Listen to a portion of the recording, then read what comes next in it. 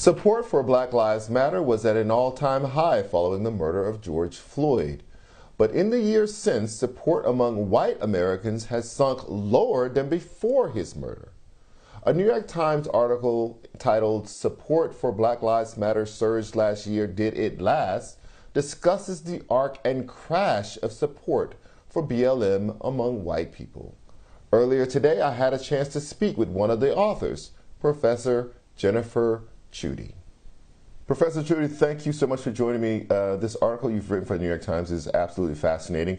You kind of make the case that last summer's protests after the death of George Floyd may not have been a racial reckoning, at least not across all groups as some had hoped that it would be. Can you just give us the top lines of what you found in your analysis? Certainly. So what we find is while there has been a net increase in support for Black Lives Matter since 2018, this increase is not seen across all groups. Particularly, we do not observe this among Republicans nor among white Americans. And these are self-identified labels. These are people who say they're white or people who say they're Republican.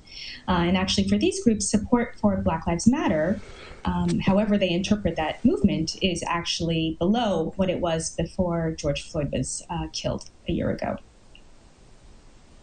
So what do we make of that? You start out 2020 with one opinion of Black Lives Matter. You end a year later after his death, after these massive protests, and white people and Republicans have an even less favorable opinion of Black Lives Matter. How do we make sense of that?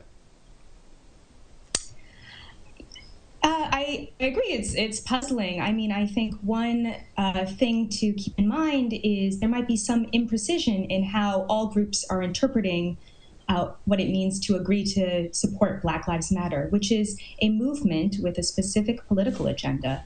And yet, that agenda was similar on May 24th and was similar on May 26th, and yet we see this huge spike on May 25th, which is, of course, when George Floyd was murdered. And so I think folks' interpretation of that movement is flexible. And so when elites speculate what that movement is about, we see volatility in opinion among groups like whites and Republicans. There have been some politicians, including James Carville and even former President Barack Obama, who have suggested that the invocation of the phrase "defund the police" had been actually harmful to Democrats because it was harmful in the way that the general public interpreted it. I assume that they are talking about the way white people interpreted it. Do you believe that that has some impact on how white people and Republicans supported or did not support Black Lives Matter? I think more influential is what their own leaders said, which were phrases like, when the looting starts, the shooting starts. That was said from the leader of the Republican Party. And we know that leaders do a lot in shaping the roles of their partisans. So I think that is arguably more influential than some of these other slogans, which may have chipped off maybe some support, but not kind of the lion's share of it.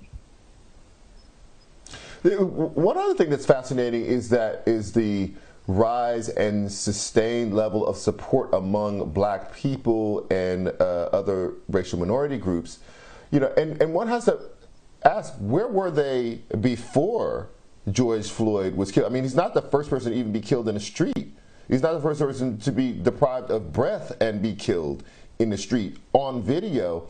And one thing that I was reading your article, was bouncing back and forth in my mind, was even when Barack Obama was running, it wasn't until white people signed on in support that a lot of Black people said, oh, okay, I can do this. It gave them permission to be for Barack Obama.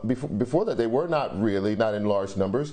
And maybe, the protests of the summer gave Black people permission to say this is a worthy thing. Because if you look at the Pew data, when they ask about who had, 1 month out after the protests, who had been involved in protests, the percentage is basically equated to about 15 million people, but it was like 3 times as many white people as Black people. There were even more Hispanic people than Black people. So do you believe that some of that is true, that because it was so overwhelmingly interracial and white that it gave more black people and racial minorities permission to say, okay, yes, I agree with this, and it is not a bad thing, it's not a divisive thing to agree with it?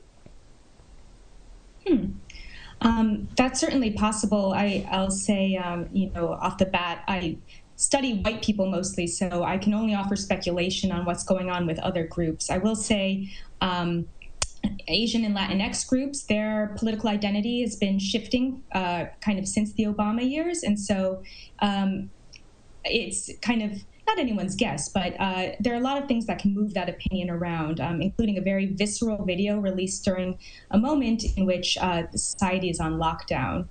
Insofar as it mobilizing a lot of Black folks, there's no ambiguity with the video and with other instances of police violence that even though eyewitnesses are there, even though there's a lot of evidence, Black folks have been saying for a long time this exists, and there's just no denying it if you see the video in which George Floyd is murdered. So part of it might be this having the interracial support of the protest that might be especially mobilizing, but part of it might be that there's just the you cannot deny the evidence in a way that might be also very empowering and mobilizing as well. So you say several times in your article that this kind of harkens back to other periods in American history. What are the kind of reflection moments for this white backlash to other white backlashes where there was initial support for something and then it fell away? Yeah, well, the kind of clear comparison is to the 60s, which I know a lot of scholars have gone to that moment. And it's because we have similar instances of egregious Black suffering, suffering that's documented not on a cell phone, they didn't have that back then, but by pictures that are displayed in newspapers. So white folks who live far away from those instances see those pictures and can't deny them. But then you also had folks taking to the streets to express their grievances over this suffering, and that's where we really see support deteriorate for decades of the civil movement. I think, Watts kind of as a really crystallizing point in which white opinion changed during the civil rights movement seemed like a comparison point for Professor Jefferson and I as we were writing this essay. Professor Chudy, thank you so much. Illuminating piece. If you haven't read this, please go read it. Amazing analysis of kind of public opinion and shifting public opinion on Black Lives Matter. Thank you again for your time. I really appreciate it.